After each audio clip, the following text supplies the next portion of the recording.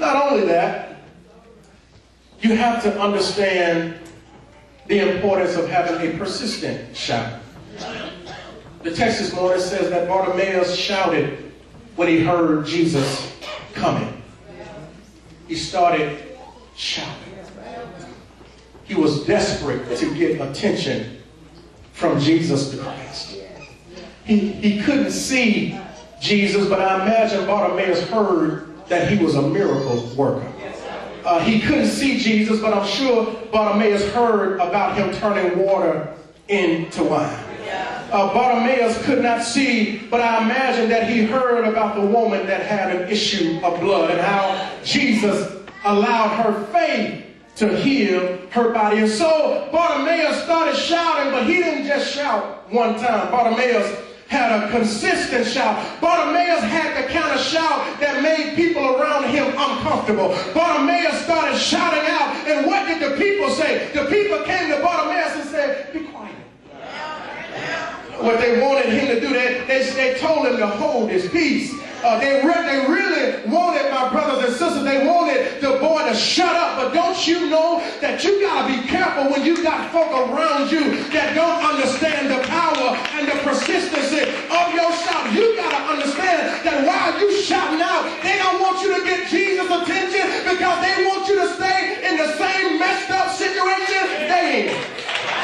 And y'all don't believe me here. They told him to be quiet, wanted him to shut up. But don't you understand that there's power in your shout? Because people don't understand what you're going through. They don't understand the force behind your shout. But what you got to understand is that you got to be careful of some folk, because some people don't want you delivered because they still in bondage.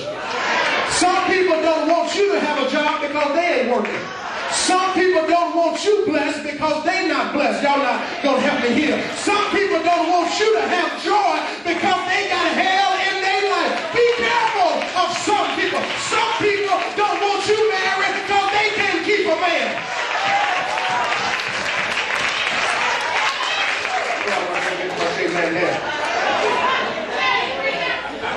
Be careful of folk that want to make you quiet in the presence of God. That's why I declare to you, as long as you make your way into the house of prayer, when you get in here, you got my permission to give God a shout. You got my permission to give God praise. Clap your hands, do your dance, run up and down the aisle. You got to do what you got to do when you are standing in the need of a blessing from God. I know we've been accused of being turning into a sanctified church, but if I gotta be sanctified to get what I need from God, I'll be sanctified. I'll shout all over your feet, leave me alone.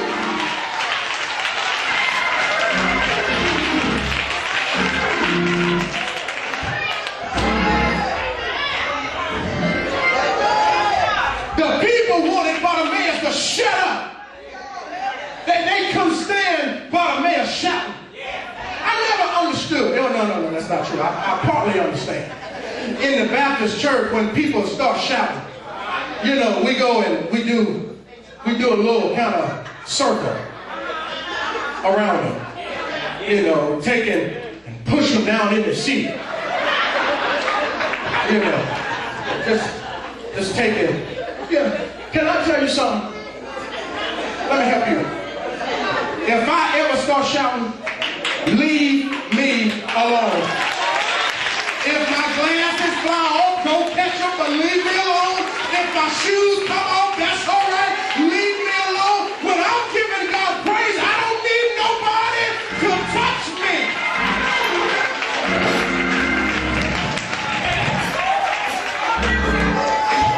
Bartimaeus is trying to get in the presence of God, and people are saying, be quiet. How you gonna tell somebody that needs something from God to be quiet? You shut up. The man is blind. He ain't got no money. He's a beggar. He's trying to get to Jesus, and you got the nerve to tell him, be quiet. But it didn't matter, because the Bible says that when they told him to be quiet, Bartimaeus with his blind self kept on shouting even louder. When somebody tells you to God all the more praise. They told him to be quiet, but the Bible said he shouted out even louder, Son of David, have mercy on me. Bartimaeus got to a place where he didn't care what the majority of people thought about him.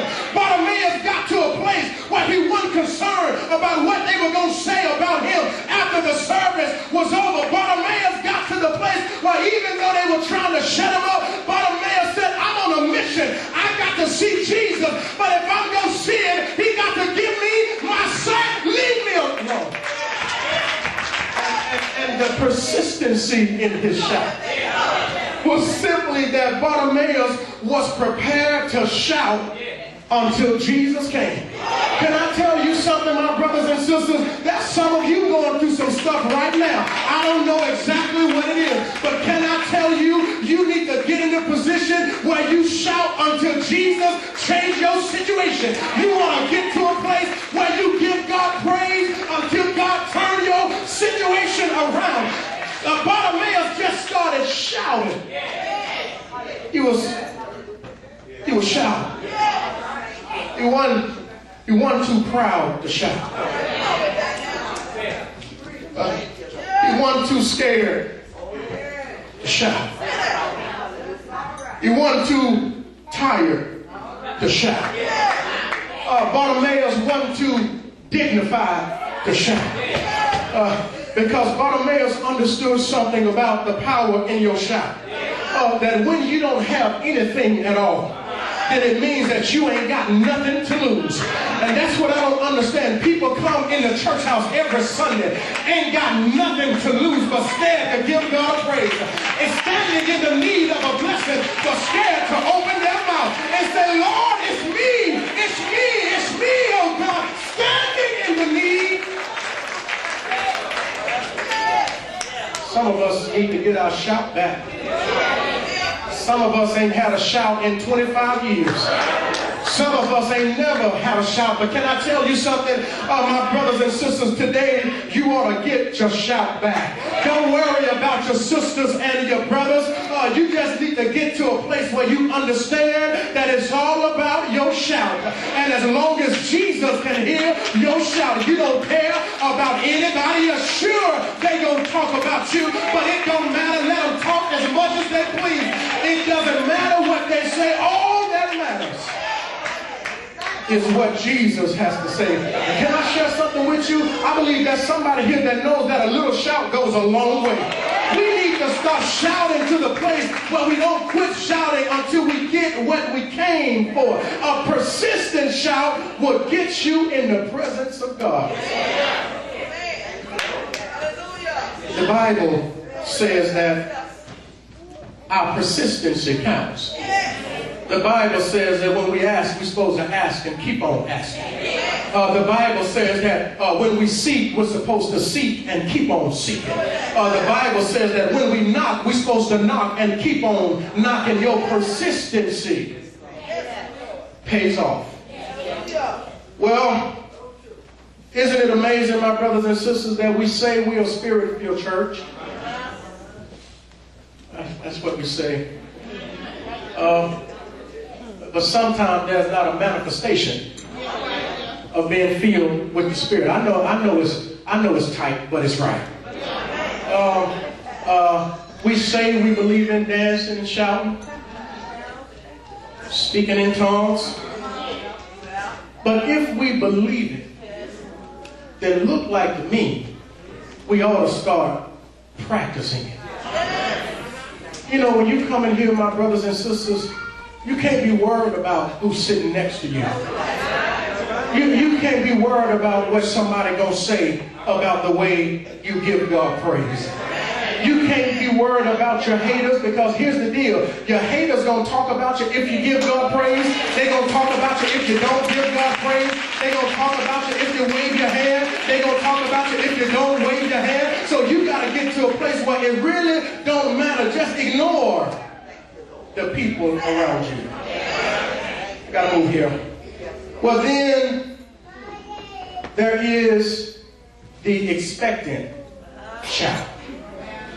The expectant shout my sisters and brothers, means that there has to be a level of expectancy when you shout.